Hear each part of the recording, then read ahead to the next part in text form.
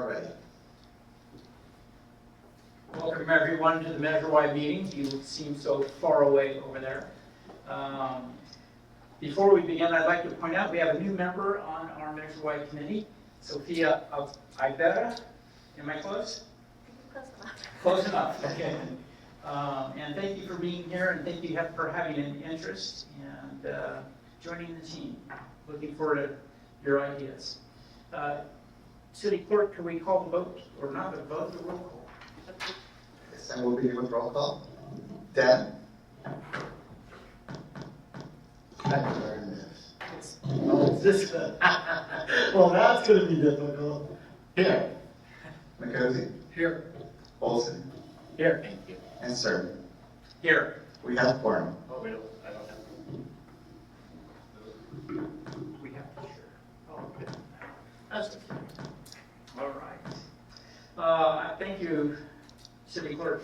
Item number 2, presentations and oral communications from the public. Is there anyone from the public that would like to address the committee? Seeing none, we will move on to item 2A, which is similar, oral communications from the public. None. And item 3, the consent agenda. You will need a motion from one of the members and then a second. I'll make a motion. I'll second. Is there any discussion on the motion, or may I take roll? Or, No discussion. okay. Dan? Yes. McCosy? Yes. Olson? Yes. Sir. Yes. The motion carries. There is no, item number 4, there are no items removed from the consent agenda. And item number 5, new business. Under that is financial reports, period, from Administrative Services Director Duran.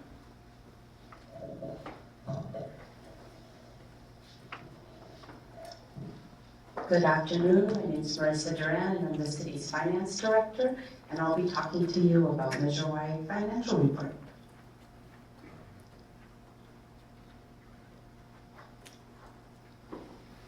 So currently the finance department is working on closing out fiscal year 23-24. So this is unaudited numbers of where our year ended up. So we estimated 5.2 million in revenue, and we were able to collect 5.3. Of note is we received an extra 50,000 from interest revenue. So we're benefiting from the higher interest rates. We're of course also paying for it in inflation, but at least we were able to get an additional 50,000 in revenue from interest. And then also our sales tax measure was able to come in 50,000 over budget. Our police department, we budgeted 2.8 in operations, and we're able to spend 2.6. They had 600,000 planned in capital, and they spent 419. Fire and operations side spent about what they budgeted. On their CIP, they budgeted 1.266, mostly for facility repair, and they spent 222,000. Some of that is being carried over in our new budget. Our PCS department spent budgeted 416 and was able to spend 302,000. So we changed our fund balance in this year, increased it a total of 100,000. So this shows us where our various departments started the year and where they ended the year. So this is again for fiscal year 23-24, which is our last fiscal year. So police started the year with 1.4 million and they're ending the year at 1.1. They did spend down some of their fund balance. The fire department started the year at 1.4 and they're ending it at 1.6. Our PCS started the year at 470 and they're ending the year at 593,000. This is our first quarter report for our current fiscal year, 24-25. So we're projecting to receive 5.5 million in the current fiscal year. We've received about 25%, so we're on par to collect our estimated revenue. Our police operations, they're budgeted 2.8 and they've spent 602,000, which is also about 25%. On their equipment, they're equipment and capital, they budgeted 412. They're projected to spend it down as they already have contractual agreements for that money. On the fire operations side, they budgeted 1.9 and they've spent about 25% of that at 484. We have reappropriated that capital from last year and a little bit more of their fund balance, and they're projecting to spend, I'm not sure actually on the capital for them, but they budgeted 1.5 and they've spent 23,000. We're being a little more frugal with that as we're seeing that now with on the operational side, you can see that we collect about 5.5 million, but we also budget to spend about all of that on operations, so capital dollars are scarce. It's what we've accumulated in the past, so we are being more frugal with that spending. With PCS, the proposed budget is 919,000 and they've spent 61,000. What makes up the sales tax? The biggest two components are general consumer goods and autos and transportations. General consumer goods includes online sales, which is the biggest increase for us.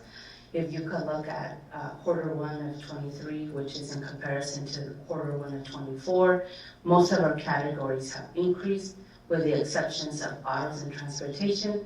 But if you remember, this is a destination tax. So what this means is that our citizens aren't leaving the city to buy cars. They're staying local. This sales tax measure also has a maintenance of effort that we have to meet every year. For our current budget year of 24-25, our police maintenance of effort is 14.6 million, and we're projecting to spend 23.1, so we more than meet it. Our fire maintenance of effort is 6.7 million, and we're projected to spend 9.2 million. And that concludes my presentation, unless you have any questions. Are there any questions from the committee? And to our newest committee member, I was going to share that you have the fire, the police, and PCS's Parks and Cultural Services. That would be the first one. I have a question for you. So, as I understand there's a why, there's three processes. One, the money's collected. Two, it's distributed to the three departments. And number three, it's spent out. And we're going to hear from the directors and the chiefs how they spent the money, and we've heard from you how you've parted it out.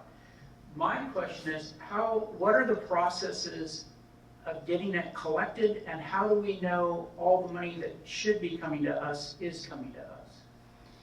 So when the measure first passes, we sign up with the State Board of Equalization and give them the measure number, and then that's how they're able to remit those remittances to us. It's a wire monthly.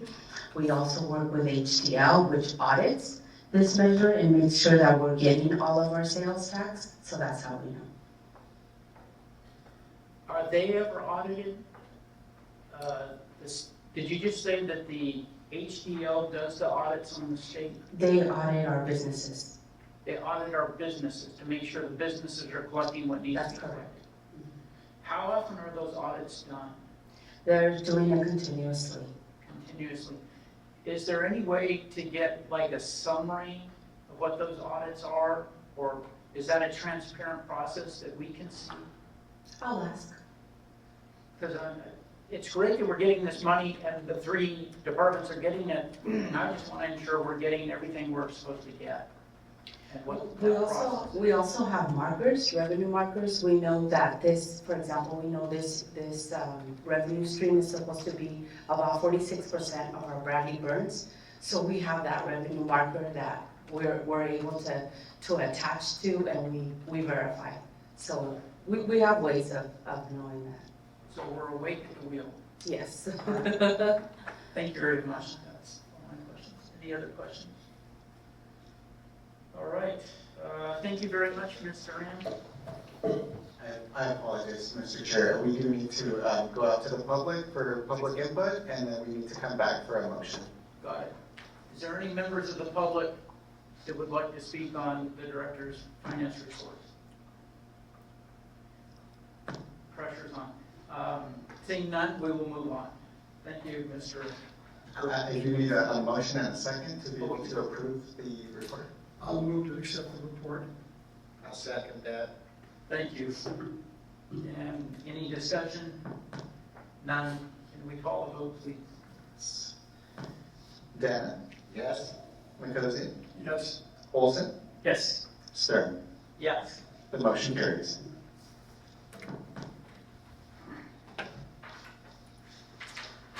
All right, next up on the agenda is the Parks and Community Services presentation with Director Alopaka.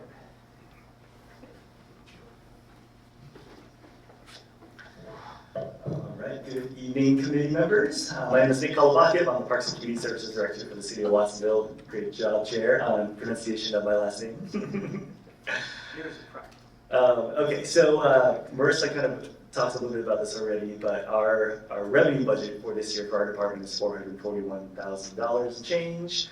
Just as a reminder, our department gets about 8% of this public safety sales tax for youth programs and to help to upgrade our parks and our recreation facilities across the community. So we've allocated funding from Measure Y to two different funding priorities. The goals that you see on the screen here come directly from our Parks and Community Services strategic plan. So the first goal is prioritizing the core. It really focuses on staffing and supplies and contract services for mainly our parks and playgrounds and recreation facilities. And goal number 2 is impactful youth development programs. So the funds from Measure Y go mainly towards helping to support free late night programs and weekend programs, mainly at the youth center across the street, and to help staff and the transportation and entry fees for youth field trips. So kind of the idea behind prioritizing the core is really the kind of financial state that our buildings, that our parks are in. Based on some recent studies, we have about $55 million in deferred maintenance needs across our recreation buildings and our parks. And so we really have this great need to invest in what we have currently before we look at expanding into building new buildings and creating new parks and that sort of thing. What we've seen also post-pandemic is that our parks especially continue to be used more and more. And with the rising cost of construction and whatnot, the emphasis on continuing to invest in those spaces just becomes greater year by year, especially as our infrastructure ages. So here's a list of some of the recent projects that we've worked on over the past recent months across our parks and playgrounds. I'll highlight some of the more exciting projects and also highlight the reason why our projected expenditures are a little bit higher this year. We're projected to spend down a good portion of our fund balance that we have for Measure Y.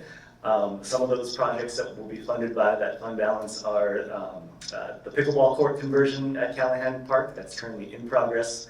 We're putting up some new fences around the pickleball court and then restriping the tennis courts for pickleball and putting in new nets and whatnot as well. While we're working on that project, we're actually going to put down some new kind of coloring on the pavement for the basketball courts as well. So it's going to kind of brighten up and refresh both of those different sports courts at Callahan Park.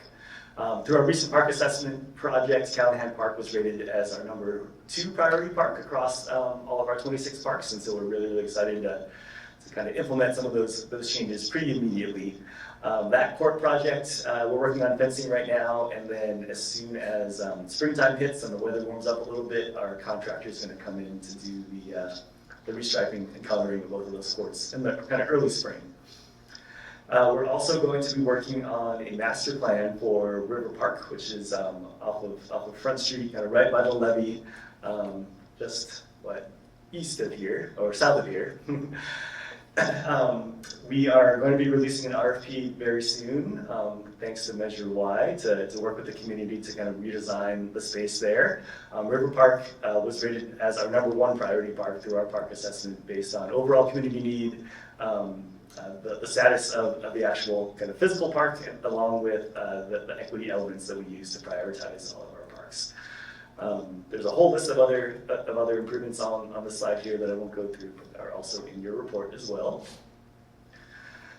Some of the fund balance is also going towards some renovations in some of our facilities. Sorry, this video is kind of moves a little bit quickly, so I hope it doesn't make you sick. But this shows kind of the new entryway, front desk, and coffee bar at the senior center. If you haven't been to the senior center in a while, definitely encourage you to come check it out. But we did use some of our funds from Measure Y to help with that new front desk that you see our team at right there. This has been kind of a 2-year-long project that we've worked on with CDBG funds along with Measure Y funds to help make that happen. At our Parks and Community Services headquarters across the street, that's where our registration office is and my office is. We're using Measure Y funds for new windows and doors, and then for some new security card readers at that facility along with our youth center. As far as youth development programs go, like I mentioned, Measure Y largely goes to fund late night and weekend programs for youth there. I've talked about this in previous reports, but thanks to Measure Y, we've been able to increase our weekly operating hours by 55% throughout the school year. And we serve now somewhere between 60 and 75 teens every single day that come through the facility. Another great facility to kind of come through to see renovations and just the change of programming that's occurred there over the past year or so. If you'd like a tour of that space, Nick Marola is in the audience here. We'd gladly set up a time for you to come take a look at what's happening there. But with our expansion of late night and weekend programs, we are now open Friday nights until 9 and Saturdays from 12 to 9. And I'll talk a little bit about some of the cool things that happen there. We more or less have kind of 2 special programs or events that happen on either Friday night or Saturday night every month throughout the year. So since my report tonight is on kind of updates on programs and things that we've done since July up until now, that's what you see on the screen here. We've had everything from a karaoke night to a salsa event, which was a salsa making competition along with a salsa band performance. Also had our 30th anniversary celebration of the Watsonville Youth Center back in the end of September. So if you want to find out more about kind of the cool activities that are available for teens on Friday and Saturday nights, feel free to stop on by. I think there's also information on our website. And then our winter spring activity guide is coming out and will hit the streets in the next couple of weeks here that will also list all of the fun activities that happen at the youth center on nights and weekends throughout the year. And I think that concludes my report. I'd be happy to take any questions. Are there any questions? Yes, on your budget items at the beginning of your presentation, there's a number of expenses due to vandalism or misuse of the assets. And so how do we stack up against other communities? Is there a benchmark that you look at? Yeah, that's a great question. So this number, the $55 million, comes from a building assessment survey that the city did a couple years ago, along with a park assessment survey that we just wrapped up about 6 months ago or so. And so those dollar amounts factor in all of the deferred maintenance needs, whether they are caused by vandalism or just normal wear and tear over the years since the buildings were built or playgrounds were installed and whatnot. So they're not necessarily all caused by malicious acts or vandalism. As far as how we stack up to other cities, that's a great question. I'd be excited to know what that looks like also. I don't know if I have a good answer for you at this point, but would like to dig into that further and come back with some more information at some point. I can tell you though that through the park assessment survey that we did, they valued the replacement of our entire park system, not including the buildings, but just the outdoor parks, at about $80 million to replace the whole system. So we're using a figure of about $30 million in deferred maintenance needs for the parks. That includes, part of the assessment was looking at the physical kind of state of everything from benches to playgrounds to swing sets and whatnot, and all of those things were rated from 1 to 5. So one being, it's something that needs to be replaced almost immediately to 5, it looks pretty brand new. So that $30 million are all the ones and twos, things that, should be replaced now or, in the next 3 to 5 years or so. And are we self-insured? We are self-insured, yes.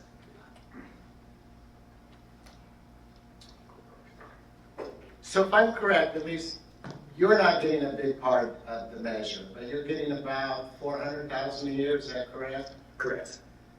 And mostly, you're not really able to attack the 55 million. This infrastructure problem is way beyond this measure.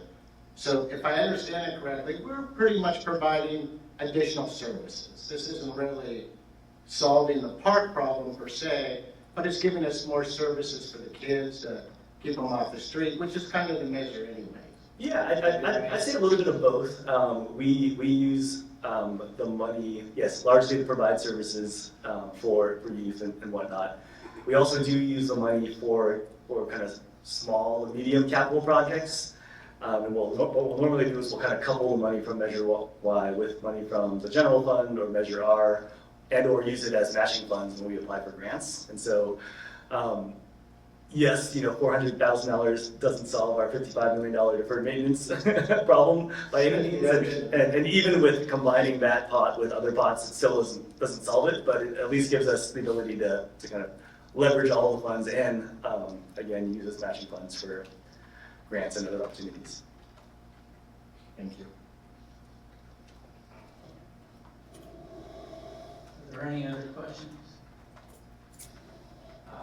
I have a couple of questions. I didn't see Ramsey Park on your list. Are any Measure Y funds going to help Ramsey Park overhaul or? We don't have Measure Y funds currently slated to help with Ramsey Park, yeah. All right, and then, someone else mentioned, your slide showed updates of all the parks where the Measure Y is going to, and a couple of them had vandalism and homelessness. I'm curious, is that a normal impact on an everyday level, the vandalism and homelessness, or is it an increased impact because there's construction and levee going on and people got moved out? I would say that it's a pretty just normal, regular occurrence. I can't say definitively that because folks have moved out of the levee that we're seeing more vandalism in parks. I think it's just something we see every day in general. Yeah, there's always going to be some. Yeah. Thank you very much. Are there no other questions? Thank you for your report. And I will we need a motion to accept the report. What? We should go out to the public to see if there's any input from anyone. Yes. It's a formality. Yes. Are there any members of the public that would like to make any comments or have any questions? Seeing none. Thank you. Always keeping me on track. I move to accept the Parks and Community Services report. I'll second. Is there any discussion? There is none. Dana, Yes. Mancusi, Yes. Olson, Yes. and Stern. Yes. The motion carries.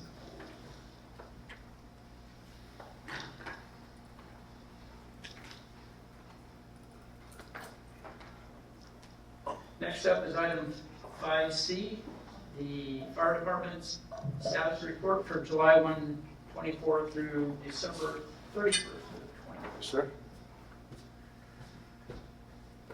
Welcome, Chief. I was going to say, I looked at that clock, I was going to say good evening. Look, I think it's an hour ahead. Good late afternoon. Measure Y committee members, Fire Chief Rui Lopez presenting report for the fire department. All right, we'll get right into our staffing. So currently, we have 7 of our members, firefighters that is, who are under Measure Y. We have 1 administrative person, and we also have 1 vacancy. And I'll touch on that a little bit further into the presentation on our staffing. And the measure also supports our the mental health support for our members. We subscribe to a peer counseling group that provides our members exactly that peer counseling when needed as it relates to their job. And the nature of our job is such that on occasion we need to call on them for some support. If we have a critical incident, for example, we have this organization that feels the need. They'll bring counselors in and provide us a debriefing, for example, in the event that we have, again, a critical incident. The manager also supported us in our wildland equipment. We have 2 staff vehicles that have been placed, they're on order, and they are replacing 2 aged and vehicles that are in need of replacement. Okay, building maintenance. So we have gone to bid for our Station 1 bathroom remodel, and we're excited about the prospects of getting our bathroom at Station 1 remodel. We have Station 1 essentially operates like two stations. We have 2 companies housed there, along with the battalion chief. So when fully staffed, we can have 10, 11, 12 people there, and we currently have 3 showers and 2 bathrooms. One of those bathrooms is it's access to the public. So with this remodel, it'll provide additional showers, additional bathrooms, and they'll be modern. They'll be 21st century bathrooms. So we're excited of those prospects as well. Our Summer Youth Academy. Of course, we have 2 sessions every summer, and during this current cycle of the measure, the Measure Health Support session number 2, which ran, of course, July through August. We had 12 graduates. The nice thing about this particular session is we teamed up with the PVUSD. They were looking for some support with some of their students. Some students that may be like borderline at risk, as we still call them, and it actually worked out really well. And we're hoping that we can continue that partnership into the future. And it really helps us in terms of offsetting that budget. The youth academies have been tremendous for us in terms of recruitment for potential future firefighters, and I'll get to that in just a minute or so. And paramedic training for EMTs. As mentioned, I think in our previous meeting, we recruited local EMTs from the greater Pajaro Valley and Watsonville to sponsor them through paramedic school. It's an endeavor that was really challenging for us. We had to get over a few hurdles to get there, but I'm super excited about this program because, and I can give you an update, actually 3 Watsonville born and raised EMTs, one of them has already completed that 3rd phase of med school. And the second one is in his 3rd week of that 3rd phase, and we're still trying to find an internship for the 3rd one. We're confident we'll find one for them, which hopefully we'll get them all 3 done by the end of December. Of course, planning for the future. I think, there we go. All right, so this is, again, recruitment is huge for us. It's one of our top priorities currently. Aside from operational readiness, right, running those calls and ensuring that our members are providing the highest level of service to our community, we're spinning a lot of plates, but one of those plates is recruitment. And as I've shared in previous meetings, that is a challenge. It's not only a challenge for us, it's a challenge for law enforcement, trying to find qualified candidates who want to become firefighters. And so some of the challenges that we're finding is members or candidates want to work closer to home, right? Those that we do recruit at times will tend to, we call them flight risk, because they really don't have any connection to Watsonville or the Pajaro Valley, and they only stay a few years till they can work their way closer to their communities, to their homes. And that makes total sense. But we see that challenge, and so we cannot continue, the same approach and expecting a different outcome. That is why we've gone to open recruitment. And at the same time with the open recruitment, that means that we're openly recruiting paramedics, but we're also putting a lot of energy into our youth in the community. That Summer Youth Academy is where it starts. It's this, what it is this career path that we have established. And we start with the Youth Academy, and from the Youth Academy, we recruit into our Fire Cadet program, right? Those who have graduated from the Youth Academy. And it becomes competitive for them because we could only carry so many of the cadets. Currently, we're maxed out with cadets. We're at around 20. And of these 20, the vast majority of them are interested in the career the firefighter career, that is. And so in that process, we encourage them to continue with their education, whether it be at the 2-year community college or 4-year college, and we support them in that. And one of the expectations is that they're going to obtain their EMT, right, emergency medical technician, which is a prerequisite for any fire department at the bare minimum to have. And for us, it helps us with the next step, and that is putting them through a firefighter academy. We are currently about to recruit EMTs, which will include some of our fire cadets, to recruit them to sponsor them through our fire academy, or Santa Cruz County Regional Fire Academy, which we are a part of. It happens to be at Station 2, right? We use Station 2 training facility for that. And so our goal is to sponsor 2 or 3 EMTs this time around, but instead of sending them to medic school, we're going to take a slower approach, put them through our academy, and upon completion, we'll be able to equip them with safety equipment, with uniform them, and allow them to work 2 12-hour shifts a month. And this is not in place of our members. They can't work in place of our members, but it would be in support of our staffing. So it gives us, our members, an opportunity to mentor them, to coach them, and to develop them. And then the next step would be to sponsor them through medic school. So now we have local candidates who are rooted in Watson of the Greater Pajaro Valley, and we help them, we support them through a fire academy, allowing them to work on shift, gain valuable experience, and then sponsor them through medic school.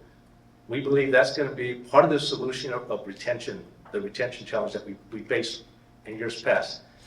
Of course, all of that has a lot to do with the culture of the department as well, which is something, you can't put a price on that.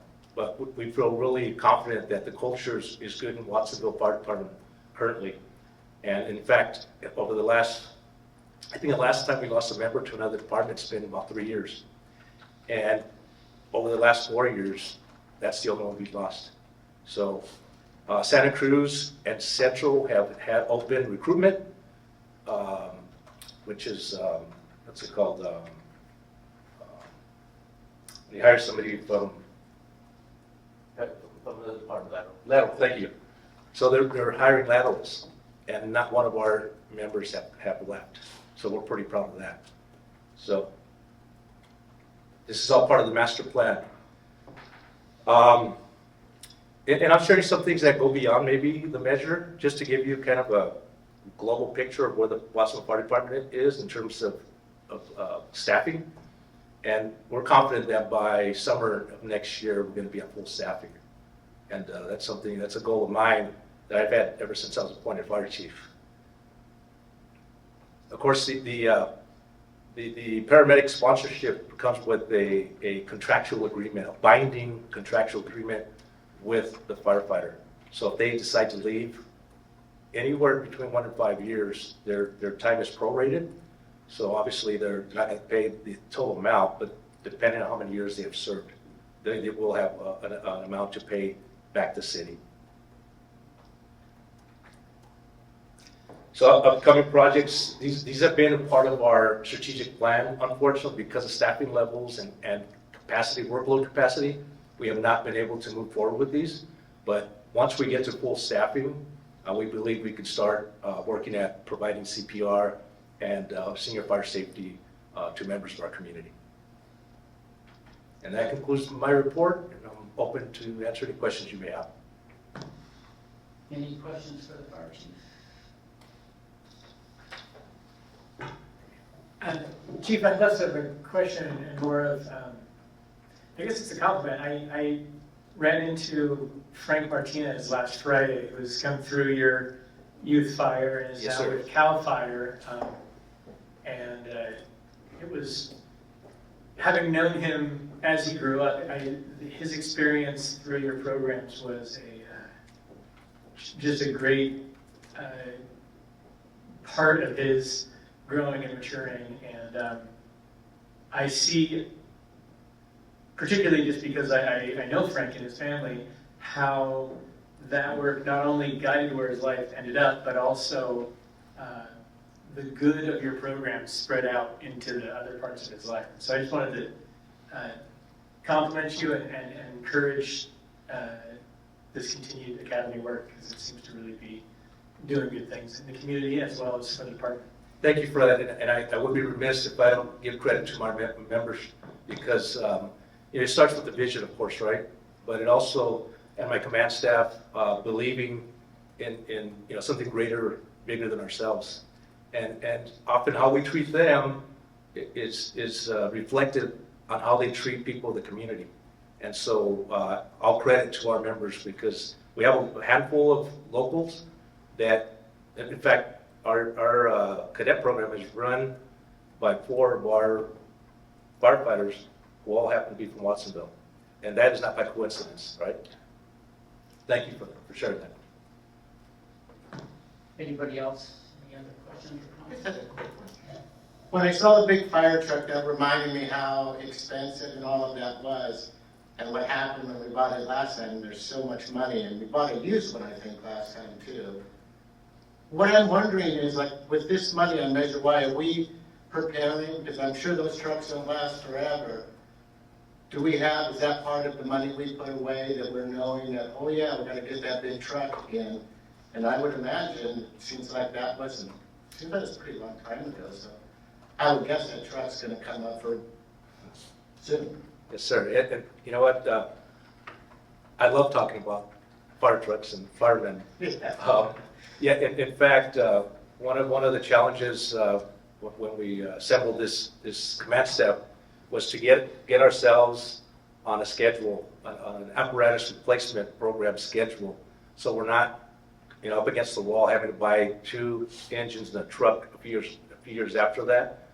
And part of that means that we have got to show some patience and allow our fleet to age a little bit, and specifically with the truck. Because if we had purchased one, and the used one was purchased some 10, 15 years ago, and that's long gone. But if we had purchased one soon after we had purchased the current first out truck, they would be too close in years. That would create a problem down the road. So we've waited, strategically waited a few years. So the plan should be 10 years first out, and then moved into reserve status for 5 years, and then we get a replacement. And we're getting there close to, if we order soon, which we are planning to order a new truck, it would put this first out about 10 years once we receive the truck into reserve status. And now we've started a plan that future administrations won't be pulling their hair out trying to figure out how to fund it so close to each other. And this program is helping that. Oh, absolutely. Yeah. Yes, the measure has been tremendous for us, without question. Thank you. Thank you. I have no questions, and Chief, thank you for your report tonight. Thank you. Are there any members of the public that would like to come forward and make a comment or a question on the fire department's report? Seeing none, may I have a motion to accept the report? I'll move to accept the report. I'll second that. Any discussion? Can we call a vote? Denton, Yes. Makosi, Yes. Olson, Yes. and Stern. Yes. The motion carries. Moving on the agenda to item 5D, Police Department status report. And you are not Chief Zamora. Definitely not.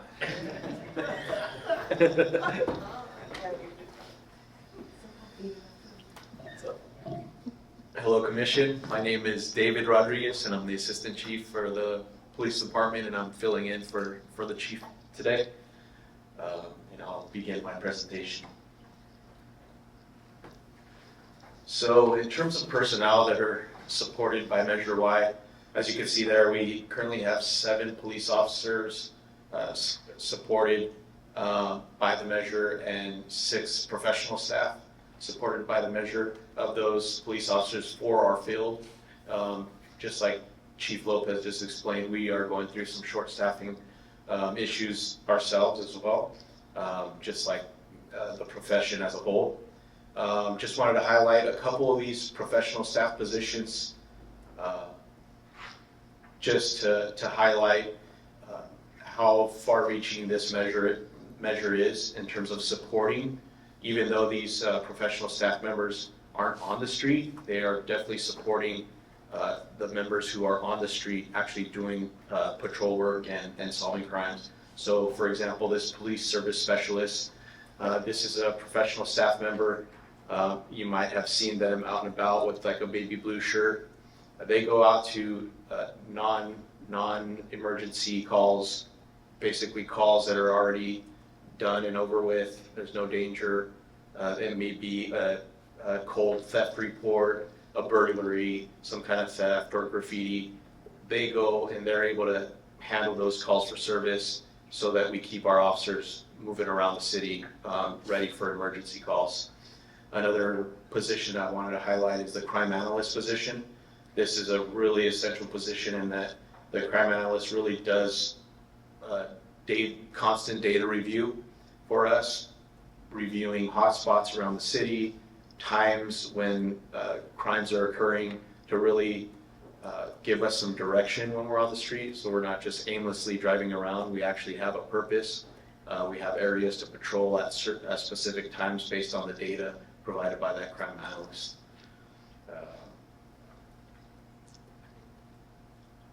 Next, I'll go into some of the trainings and technology that are being supported by the measure. In terms of canine trainings, we currently deploy 3 canines.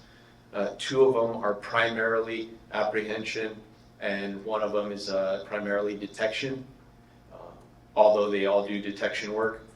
So this training is essential for these canines. They do monthly training on top of recertifications. So the handler and the dog have to go through periodic certifications to make sure their skills are maintained. When we start talking about short staffing, these canines are force multipliers for us. Really what you might think of or what you might see on TV, their apprehension work is actually a small part of their work. They do tons of work for us, such as building searches. We might get a burglary call. They can do that search where we might have had to send a few officers in. We could send a dog in and do that preliminary search for us. So it really frees up our officers in that sense too. Some other searches they do are for evidentiary purposes, so for search warrants. As you can imagine, narcotics, they could be hidden anywhere. Very difficult for our officers to search a home looking for narcotics. While these canines are able to go in and really direct our search, hint at where narcotics might be and guide our officers to that location. Same thing with other articles like firearms. In terms of detective courses for intelligence, so much of our detective work now is all data driven in terms of like digital data, cell phone data, computer data. It's at this point, it's to the point where the district attorney's office is asking where that data is in order to file a case, because everyone essentially has a cell phone at this point, and there's evidence on cell phones. So some of this specialized training that we have sent our officers to, supported by this measure, are trainings like Cellbrite training. So it it teaches our detectives how to forensically download data from these devices like cell phones and tablets and laptops and other computers, how to analyze it and then produce it for evidence for court. And then lastly, CPR and first aid training. This is really essential for our officers. Many medical calls, just for the simple fact that there are more of us out there on the street and we're more mobile. Oftentimes we arrive a little bit before AMR or fire, so it's on our officers to start that first medical aid. So it could be CPR, it could be minor first aid type of aid. So we will start that first aid or CPR, and then when the real medical professionals get there, we can turn it over to them. But at least those life-saving efforts are started. In terms of technology, one of the programs we're most excited about in the department is our drone program. This is the first year that we've been able to deploy drones, so we're kind of learning as we go as well. We're learning what we can do with them, new ways to deploy them. So currently we have 4 drones, and they're all kind of meant for different purposes, such as some are for inclement weather. They could fly further out, so we start thinking about we're going to start getting into the storm season. That particular drone would be used for, if we have threat of flooding or anything like we've had in the past, we could use that drone for that those type of operations. And then there's other drones for everyday operations where we go to a call for service and we might want to gain some intelligence before we send officers into that call. Maybe it's a call of a man with a gun. We can send the drone in first, gather intelligence for our officers so we can safely formulate a plan and handle that call for service. Secondly, our DOORS program. This is a real hands-on benefit to our community. It's a desk officer reporting system. So again, with our short staffing issues, sometimes there are longer wait times to get an officer to a call, depending on whether it's an emergency or not, or high priority or not. So this allows for some of those lower priority calls for a community member to just go on their phone or their computer and initiate that report right then and there, and upload photos and upload any other documentation they might have, and that report would go directly to our department. So they pretty much have the power in their hands to get that report done at their convenience. And then lastly, I talked a little bit about it in terms of Cellbrite. It's the device we use to forensically download data from cell phones, tablets, and computers. So that's a piece of technology now that we really can't do without. And thanks to Measure Y, we can afford it. In terms of community programs, this is something that's near and dear to our heart.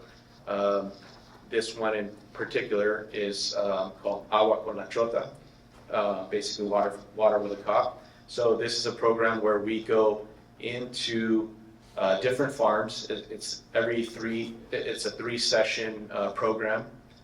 Every program is done at a different farm.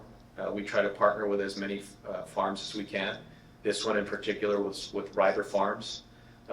So we go in for 3 sessions. We have dialogue with farm workers. We ask them what kind of information they want from us. What we're really trying to do is we're really trying to help them not fear interacting with us. We're trying to build their confidence to report things to us, to come to us for help, whatever it may be, and really come to them with information that's important to them and that they're curious about. This particular one, we finished up last month, and you can see the picture of the officer there.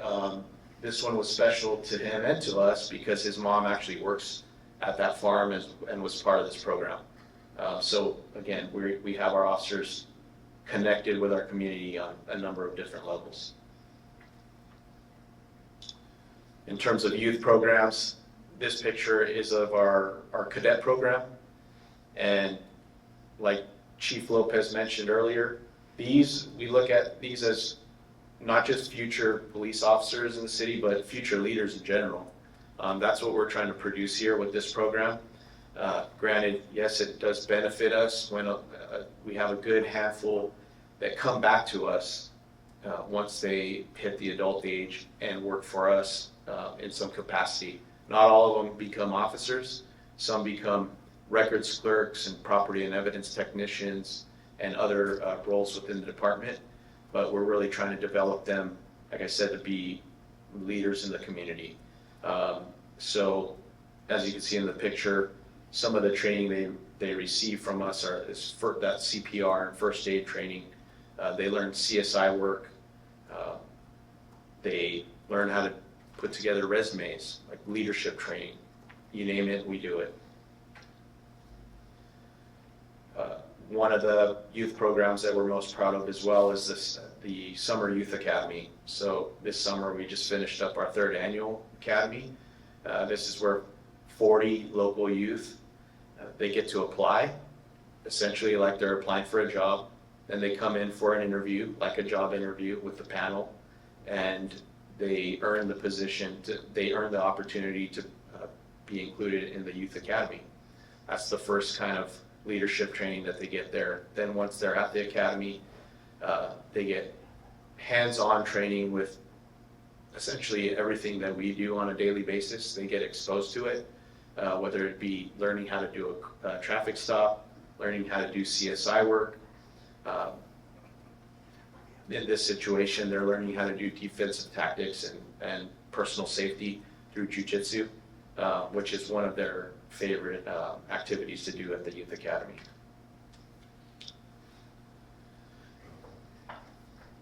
In terms of the Caminos program, another prized program for us. Caminos program is a juvenile diversion program where it offers youth who commit a first offense, lower level, usually a misdemeanor, nonviolent offense, the opportunity to really be held accountable for committing the offense, but also be diverted away from the juvenile justice system. So this could be, we were all youth at some point. This could be purely making a mistake, a bad decision as a youth. So being caught up in the juvenile justice system may not be the right determination for this youth. So this allows the youth to go through some pro-social activities, some counseling if that's what's needed. The parents are offered the opportunity to go through some parenting workshops as well. So it's really a holistic approach to the whole family, not just the youth, to really get at the root cause of why that youth committed that offense or that mistake. So to date, Measure Y has allowed the opportunity for 254 of our local youth to go through the Caminos program. 201 have successfully completed the program, which is an 89% rate and success rate. And what that means is we track those youth through 6 months post-arrest. So if they do not reoffend, do not get rearrested or recited within 6 months after the arrest, then we count that as a successful diversion. And that is the end of the presentation. Any questions or comments from committee members?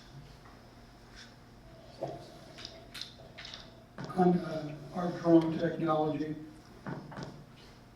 do you have specific officers that are drone operators? Are you trying to expand that within the department? I mean, how do you see, I guess, the future of using drones? Yes, awesome question. We have about 9 officers that are trained, and that's a good point to call out. Not just any officer can fly a drone. You have to go through specific training through FAA and receive certification.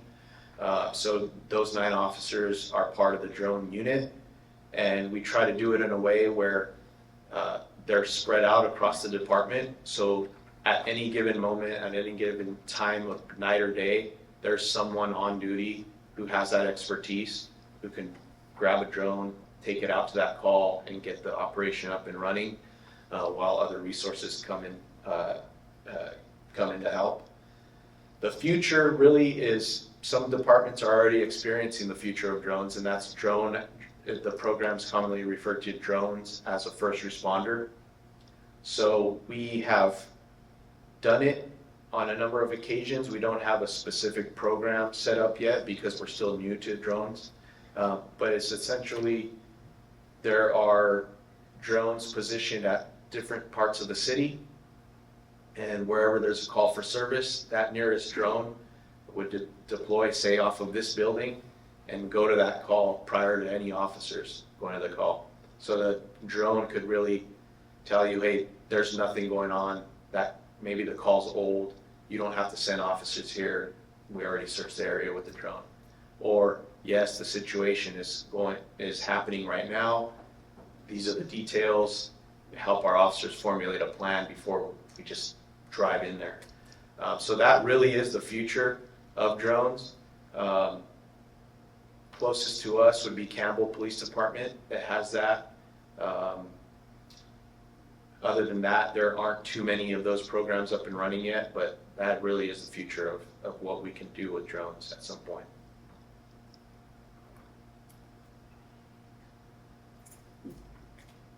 Are there any other questions or comments?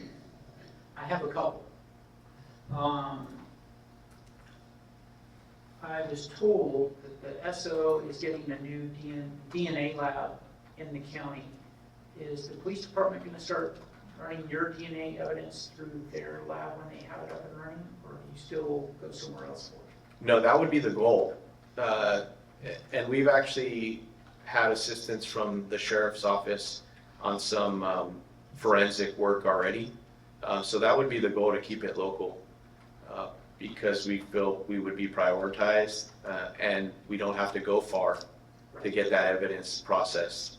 Whereas there are times when that's not an available option. I mean, we're having to send evidence all over the place, Sacramento, you name it, like we've sent it out just to try to get processed. I'm going to ask you a question I should have asked the other directors and chiefs. Measure Y money comes into your police department and you spend it out on services and staffing and equipment. What kind of impact is this making to keep our community safe, to increase safety and decrease crime? I don't want to imagine a time without it, because I worked here when we didn't have it and times were different. I mean, we were driving around cars that were falling apart, as many of you remember. So our officers weren't even, it wasn't even a guarantee that our officer would get to the call because they would break down so at that point we're not worried about that, right? Because we're able to replace our equipment. All these positions that I talked about, even the professional staff positions that are vital to our operations, we wouldn't be able to have those positions. So we kind of just be doing the best that we could, right? And we would always do that, but it's more of a drive around approach and try to catch things happening, as opposed to more of a informed approach, more of a directed, staff-driven approach. Thank you. I have no more questions. Are there any members of the public who would like to come up and make a comment or ask a question? Seeing none, we will move on. I don't know if this is out of order, you'll correct me. I have a question for all three chiefs and director. Do you have, and I should know this and I don't, and I apologize ahead of time, do you have something on all of your web pages that reference something about Measure Y?